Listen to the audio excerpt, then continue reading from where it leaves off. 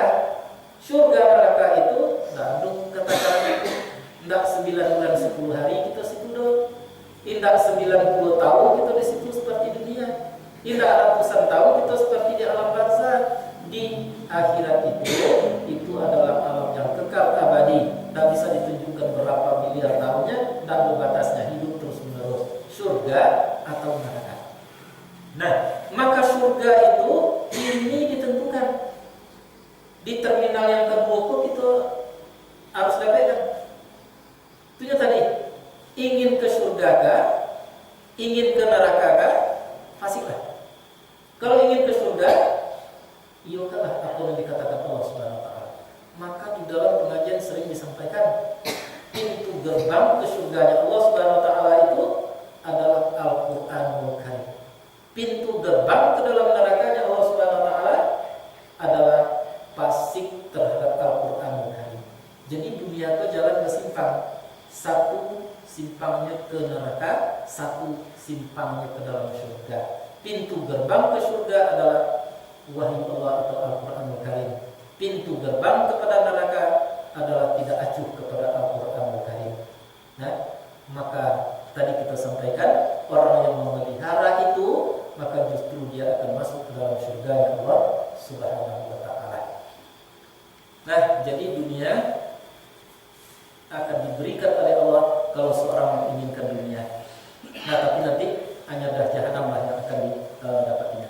Selanjutnya, wa man arada al-akhirah, dan barang siapa yang menghendaki akan akhirat, wa sa'alaha sa'yaha, mengusahakan ia untuknya akhirat itu akan sempurna usahanya. Itu artinya gunanya berusaha, bukan usaha-usaha, bukan genggam-genggam baru. Istilah sudah diajarkan dalam majelis taklim, bunyinya ya, tunggang bak sigiri makan. Ada bak sigiri makan.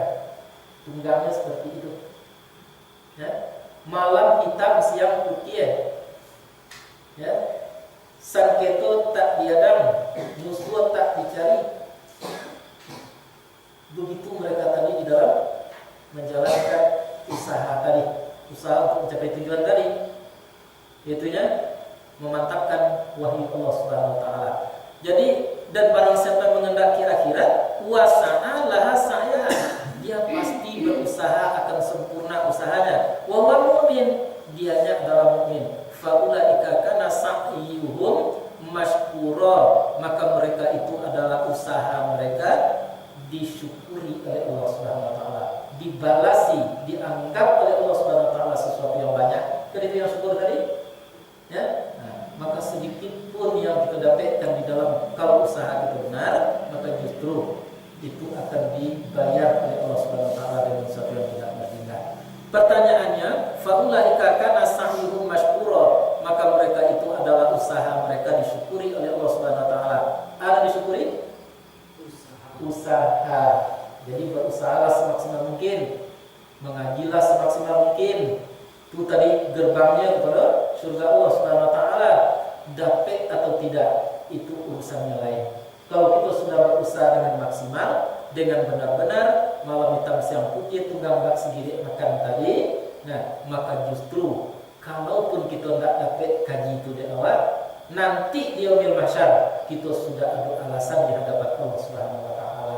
Aku sudah laksanakan, aku sudah belajar dengan penuh, dengan saya, dengan benar-benar berusaha, tapi tidak dapat kaji. Bukan aku yang salah, tapi engkau yang tidak memberikan petunjuk. Ingat tadi, tidak dapat kaji kalau sebab tidak dipenuhi oleh Allah Subhanahu wa taala.